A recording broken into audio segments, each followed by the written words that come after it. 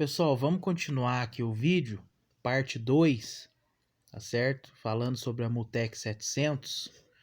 Se você não assistiu a parte 1, onde eu falo sobre esse tema injeção burra, se essa injeção é uma injeção burra, a gente está falando da Multec 700.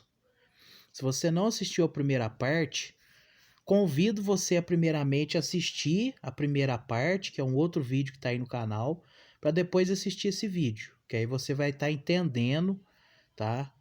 Justamente o que eu estou tentando explicar. Porque senão não tem como entender, tá bom? Se começar nesse vídeo aqui, que é a parte 2, não vai entender a informação que eu estou tentando passar. Mas continuando aí, para quem já assistiu a parte 1, continuando. Infelizmente o celular arriou a bateria, tá, pessoal?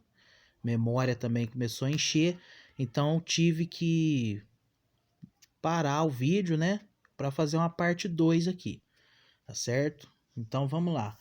Eu estava falando no outro vídeo sobre a estratégia Powerlet, tá bom? E aí eu fiz aquele exemplo lá de estar acionando a chave várias vezes lá, onde eu mostrei para vocês que quando você desliga a chave e liga novamente ali de uma forma mais rápida, a central de injeção não faz a pressurização do combustível. Por que não faz a pressurização? Porque não precisa fazer. Justamente porque ela está em Powerlet, ou seja, ela está mesmo preparada já, esperando que você acione ali a partida, então ela não faz a pressurização, tá bom? Então o Powerlet, essa estratégia Powerlet é justamente isso. Quando você desliga a chave, ela fica durante alguns segundos preparada para uma nova partida, tá bom? É por isso que quando você desliga a chave e já liga em seguida, ela não pressuriza o combustível, porque ela está em Powerlet e ela está esperando uma nova partida, tá bom? Então isso é o Powerlet, é uma estratégia inteligente. Está aqui no módulo de injeção Multec 700, tá bom? Se ela não tivesse o Powerlet, ela não conseguiria identificar que você está tentando dar outra partida de forma tão rápida ali, acabou de desligar e já está tentando dar outra partida, e ficaria pressurizando combustível toda hora, porque quem controla a bomba de combustível é a central de injeção, tá certo? Ela manda sinal para o relé acionar a bomba de combustível. Mais uma estratégia inteligente, tá bom? Powerlet, acionamento da bomba de combustível. Ela faz o controle, tá bom? Então, mais uma estratégia inteligente colocada na nossa Multec 700. Agora vamos falar de outra estratégia, outro sistema inteligente que está incorporado aqui. A autoadaptação ou aprendizado. Exatamente. O manual da injeção Multec 700, manual oficial da GM, ele nos informa que essa central de injeção tem essa capacidade adaptativa, tá bom? Ela consegue fazer o aprendizado. E o que é esse aprendizado? Ela vai se adequando, pessoal, vai ajustando o funcionamento do motor de acordo com o desgaste do motor, com o desgaste dos componentes, tá? Às vezes você tá com uma vela ruim e ela vai ajustando, vai avançando mais o ponto eletronicamente, ou seja, é uma estratégia, tá bom? A autoadaptação. Ela também se adapta ali a alguma coisa ali, a questão do modo de condução do veículo, tá certo? Pessoa que tem uma certa forma de conduzir, então ela vai se adequando, tá bom? Ao desgaste do motor, dos componentes, tá? E vai ajustando os parâmetros ali de forma a adaptar o funcionamento do motor, tá? Até que chegue uma hora onde não é possível mais fazer isso, e aí o condutor começa a sentir, opa, pera aí, acho que tem alguma coisa errada, tá bom? Chega no limite dela ali, aonde essa autoadaptação não corrige mais, tá? Alguma coisa mais sério, e aí é onde o condutor começa a sentir, opa, pera aí, preciso trocar as velas, opa, tá? Vou fazer uma manutençãozinha aqui que eu senti que o carro tá diferente, tá? Mas até chegar nesse ponto, ela adaptou e corrigiu muita coisa que você nem viu, tá certo? Então, isso é a autoadaptação presente aqui. Um sistema inteligente presente aqui. Tá bom, pessoal? Vamos lá desligar novamente aqui, porque eu esqueço e começa a apitar o celular aqui e atrapalhar o vídeo. Vamos lá, beleza. Então, vamos lá, vamos falar mais aqui.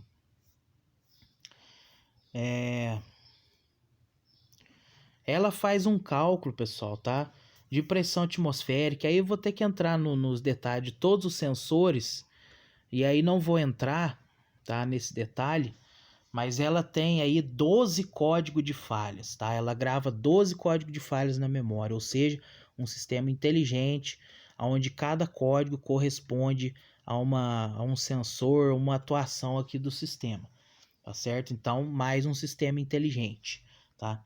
E ela tem um sistema interessante também, que é o cálculo da pressão atmosférica, tá? Com a pressão negativa, com a depressão do coletor de admissão. E através disso ela consegue calcular qual que é, tá, a melhor mistura ar-combustível independente da altitude que o veículo esteja. Ou seja, mais uma estratégia inteligente aqui que ela faz através do sensor MAP, tá? Coisa que as outras injeções anteriores não tinham, tá? Lembrando que ela foi lançada em 1991, tá bom? E aí, pessoal, nós vamos avaliar uma coisa aqui. Nessas injeções mais modernas, tá? Que as que estão sendo usadas aí atualmente, elas têm mais duas programações que a Multec 700 não tem, tá? Que é a questão do reconhecimento do combustível, veículo flex, né? A central reconhece se está com álcool, gasolina no tanque, isso ela não tem, tá?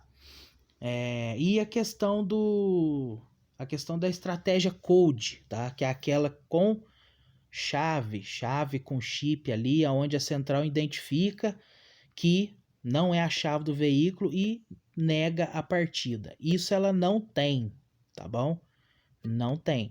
Ou seja, uma injeção lançada em 1991, tá? Que não tem apenas dois, falando dos principais, das principais estratégias, tá? Não tem apenas dois dessas principais estratégias que as injeções modernas de hoje têm. Então, vamos pontuar. Ponto para nossa Multec 700, tá bom? Então, pessoal, o que vocês acharam? Depois dessa lista de coisas que eu citei, depois dessa lista de inteligência embarcada nesse sistema aqui, que eu citei para vocês, qual que é a conclusão de vocês? Isso aqui é um sistema burro? Tem como chamar um sistema desse de burro? Me desculpa, mas não me parece razoável. Outra coisa que eu quero falar aqui. Se você acessar via scanner, tá? Vou fazer outro vídeo, já tem vídeo de scanner no canal. Procura para você ver o tanto de dados e parâmetros que eu consigo ter quando eu acesso ela via scanner. Tá bom? Procura aí que você vai ver. E aí, outra coisa que eu quero pontuar aqui é o seguinte. Quando eu acesso via scanner profissional do tipo da Napro, Raven, AlphaTest, tá? O Multimax X3, enfim, scanner profissional que tem essa função. Quando eu acesso via scanner, eu consigo fazer teste, tá? O teste de atuadores. Por exemplo, eu consigo testar o relé de aquecimento do coletor, eu consigo acionar via scanner, tá? A velocidade alta e baixa da ventoinha, a luz de ascendente da troca de marcha, eu consigo acionar pelo scanner para testar se está funcionando. Ou seja, tudo isso são comandos inteligentes que o módulo incorpora ali, tá? Eu consigo fazer teste dos atuadores ali em tempo real, tá bom? Eu consigo testar ali, ó, também o relé de partida a frio, tá? Eu consigo testar o relé de partida fria, eu consigo testar o atuador de marcha lenta, eu consigo alterar, subir, diminuir a rotação para ver se o atuador de marcha lenta está funcionando. Tudo isso pelo scanner, tá? Eu consigo testar também o ar-condicionado, se está funcionando o relé do ar-condicionado ali, de controle do ar-condicionado, tá bom? Eu consigo testar para ver se está em perfeita comunicação o módulo de injeção com o computador de bordo. Aliás, mais uma estratégia inteligente, uma central de injeção que se comunica com o computador de bordo do veículo, tá bom? Eu consigo testar no scanner se está tendo essa comunicação, tá certo? Dentre outras coisas, tá bom? Não vou ficar citando tudo aqui, senão a gente vai ficar muito tempo e fazer um vídeo também muito longo, como ficou o primeiro aí, tá certo? Mas tô tendo certeza que tá valendo a pena vocês estarem assistindo e adquirindo conhecimento a respeito dessa injeção eletrônica aqui. E aí eu pergunto para vocês, aí vem um cidadão e fala: isso aqui é um carburador eletrônico porque o TBI é um carburador. E aí eu digo, olha, quem fala isso com certeza não conhece um TBI, ou não conhece um carburador, ou não conhece nenhum dos dois. Porque se você desmontar um TBI e desmontar um carburador, você vai ver como que é diferente.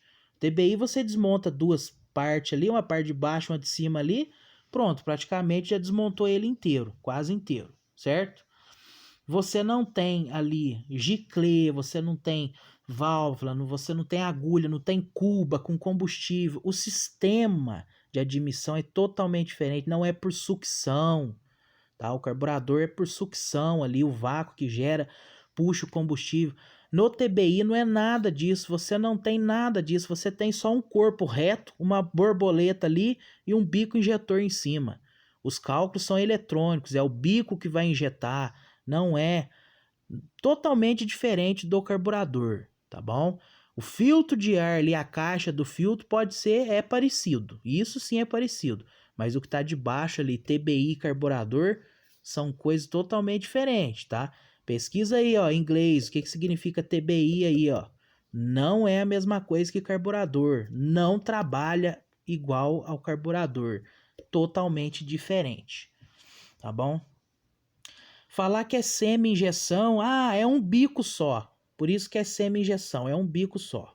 Pessoal, tanto faz se é um bico ou se é 4 bicos.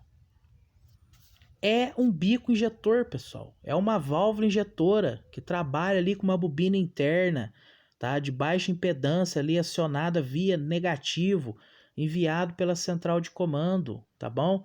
O princípio de funcionamento é o mesmo. Se você tem uma válvula injetora ou tem 4, o princípio de funcionamento é o mesmo, tá? E para as pessoas que falam que essa injeção é burra porque só tem um bico, eu digo para você, essa injeção também teve 4 bicos. Não teve. Agora você está falando besteira. O Cadete e o Monza de 4 bicos não era com essa injeção. Meu amigo, dá uma pesquisada aí. Pesquisa sobre o carro Daewoo Espero. Pesquisa aí. Isso mesmo. Pesquisa sobre o Daewoo Espero. Pesquisa sobre esse carro aí. Tá? É esse nome diferente mesmo que eu citei aí. Os mais velhos já sabem, já conhecem. Tá?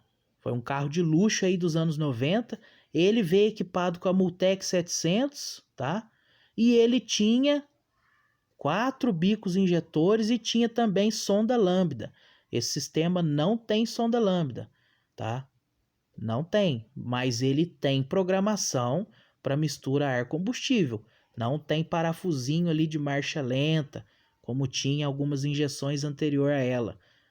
Ela já tem um ajuste totalmente eletrônico. Tempo de injeção e mistura, tempo de injeção pelo bico e mistura ar combustível pelo atuador de marcha lenta, tá bom? Ou seja, estratégia inteligente. Não teve sensor de oxigênio no Monza e no Cadete, mas essa mesma injeção, tá? Porém com uma programação diferente, teve sonda lambda no carro Daewoo Espero. Tá certo? Ou seja, ela não pode ser chamada de burra porque ela tinha plena capacidade de controlar 4 válvulas injetoras e de receber informação de um sensor de oxigênio, que é a sonda lambda. Essa injeção, tá, tem capacidade para fazer esse controle, tem tecnologia para isso, tá?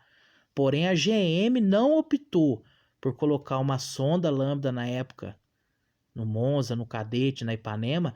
A GM não optou na época por colocar, que era um sensor que já existia, né? Se eu não me engano, o Volvo 1979 foi o primeiro veículo que veio com sonda lambda. Porém, na época, pessoal, era lá em 1991, tá? Era um sensor muito caro, uma tecnologia muito cara, tá bom? Então, aqui pro lançamento aqui no Brasil, tá? Com o objetivo aí, acredito eu, de não deixar o carro mais caro do que já era, porque o Monza, era um sedã de luxo médio, ou seja, não custava barato. Então, aonde a GM conseguiu ali fazer uma certa economia, ela fez. Ela conseguiu enquadrar o carro dentro da lei de poluição da época, sem precisar do sensor de oxigênio, conseguiu dar uma barateada no veículo por causa disso e meteu o pau e fez sem a sonda. Porém, isso não quer dizer que a injeção é burra. Por quê? Porque o Daewoo teve essa mesma injeção com programação diferente apenas no chip e ela dava conta de ter uma sonda lambda. Então, chamar essa injeção de burra simplesmente porque o nível, as leis de poluição da época, né, não precisou de colocar um sensor de oxigênio aqui, né, e para baratear o veículo ali, né, acredito eu que foi o princípio envolvido por não ter posto foi essas duas coisas, por causa de duas questões externas que não tem a ver com a eletrônica aqui, você dizer que a eletrônica é burra. Não teve sonda lambda, não porque a injeção é burra, não porque a injeção não poderia ter tido sonda, porque era burra, porque é um sistema que não era antiquado, não tinha uma sonda, não podia ter uma sonda. Não, nada disso. Não teve a sonda no Monza, no Cadete, na Ipanema, tá? Não teve sonda lambda nesses carros aí. Ela foi usada em outros carros também, tá? No Lada Nivo, russo, tá? Então, mas aí é assunto para outro vídeo.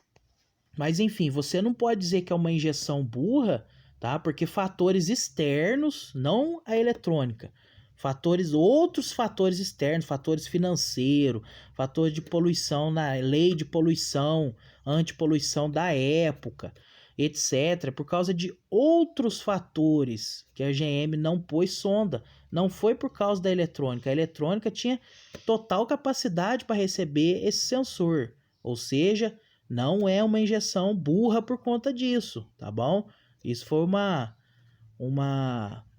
estratégia lá de fabricação aí que a montadora teve, mas a tecnologia permitia sim. Tanto é que teve no Daewoo Espero, teve sonda lambda e teve 4 válvulas injetoras, 4 bico injetor, ou seja, mais uma vez provando a inteligência dessa eletrônica que está embarcada aqui na nossa Multec 700. Então, pessoal, tá longe de ser um sistema burro, tá bom? Desculpa a sinceridade, mas burro é quem diz isso, tá bom? Burro e sem informação é a pessoa que vem e fala que isso aqui é uma injeção burra. Burro é esse indivíduo, tá? Não essa injeção aqui, tá? E de repente, tem pessoas assistindo esse vídeo aí, né, que vão falar, é um sistema burro porque tem distribuidor. É uma injeção que usa distribuidor. Por que não usava uma bobina para centelhar direto? Pessoal, mais uma vez, vamos lá. Apesar de ter usado um distribuidor, já falei um pouco disso no outro vídeo, vou falar novamente. Não era um distribuidor qualquer, era um distribuidor, um lançamento, um distribuidor dinâmico, tá? É uma ignição mapeada, o ajuste é feito eletronicamente, a correção do ponto ali, o lançamento da faísca e da centelha é feito pela central, tá? Até 450 rotações é feito pelo modo de ignição. Passou de 450, a central assume o comando, tá? Ou seja, é um distribuidor eletrônico, tá? Um distribuidor que foi lançado especialmente para essa injeção na época, tá? Ou seja, foi uma evolução da época. Não é um distribuidor semelhante a um veículo carburado, não é um distribuidor que tem platinado, não é um distribuidor que é semelhante também a da LE Getronic, que usa sensor Hall, tá?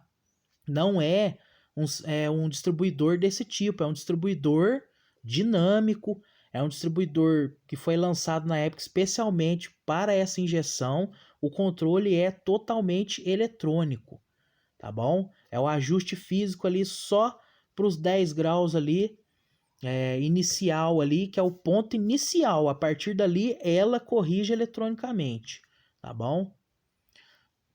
Então, pessoal, não acredito que seja um argumento razoável, tá? Até porque eu acredito sim, tá, que essa injeção, tá, conseguiria facilmente controlar, como ela controla um módulo de ignição eletrônica, tá, que é o módulo REI, ela conseguiria controlar sim, incorporar sim as funções do módulo aqui, tá, e controlar diretamente a bobina. Porém, pessoal, era um sistema que iria ser projetado ainda anos à frente. Ela veio antes do pessoal evoluir para ali centelha perdida, direto do módulo para a bobina e para as velas, tá? Ela é anterior a isso. Isso não faz dela uma injeção burra, tá? Porque senão você vai ter que, ó, quando o assunto, pessoal, é eletrônica, é tecnologia, você sabe disso. Você compra um celular hoje, no mês que vem lança um mais moderno, o seu fica ultrapassado. Mas nem por isso o seu é burro. Nem por isso o celular que você está usando, que é um lançamento anterior, é um celular burro. Você não pode chamar uma tecnologia mais antiga de burra só porque teve outras mais novas e melhores, tá? Você tem que levar em conta o contexto de lançamento da época do sistema, tá? E porque senão tudo quanto é coisa que lançou hoje, aí amanhã lançou outra coisa, o que lançou hoje é burro. Não, que raciocínio besta, não é assim que raciocina, tá bom? Os sistemas são inteligentes, sim, tá? Deve ser analisado de acordo com o contexto deles, de acordo com a época de lançamento deles, o que trouxeram de novidade, e comparar se foi uma coisa que trouxe novidade ou não, se foi um sistema eficaz ou não. E esse sistema aqui foi um sistema muito eficaz, tá? Que ficou aí em funcionamento aí durante 5 anos. Esse sistema de uma válvula injetora, pessoal, também não pode ser chamado de sistema burro, e aí eu estou incorporando as outras injeções também que usaram, porque praticamente quase todas as montadoras usaram sistema monoponto, tá? Que é o nome correto para esse sistema de uma válvula injetora. Sistema monoponto. Praticamente todas as montadoras usaram, tá? E, pessoal, usaram aí nessa faixa que eu estou falando para vocês, de 1991 até a Mutec 700 foi até 96. Mas a Fiat, pessoal, ela continuou usando um bico até 2002. Ou seja, você teve 11 anos de produção, tá, de injeção eletrônica no Brasil com apenas uma válvula injetora. Se fosse um sistema que não funcionasse, se fosse um sistema burro, as montadoras não ficariam produzindo durante 11 anos uma tecnologia burra que não funciona, pessoal, tá bom? Foi uma tecnologia que funcionou e que deu certo, sim, que trouxe avanço, que inovou, tá? Foi um marco divisório aí na questão de eletrônica de veículo no Brasil. Porém, pessoal, como todo sistema eletrônico, tá? Todo sistema eletrônico fica antiquado, precisa ser evoluído. Em alguma etapa da história vai ser descontinuado e vai ser substituído por um sistema melhor, que foi o que aconteceu com a nossa Mutec 700. Numa determinada época, foi substituída por um sistema mais moderno, mais evoluído, tá? Mas isso não quer dizer, pessoal, que ela não cumpriu o papel dela. Isso não quer dizer que ela é uma injeção burra. Tem que saber separar as coisas.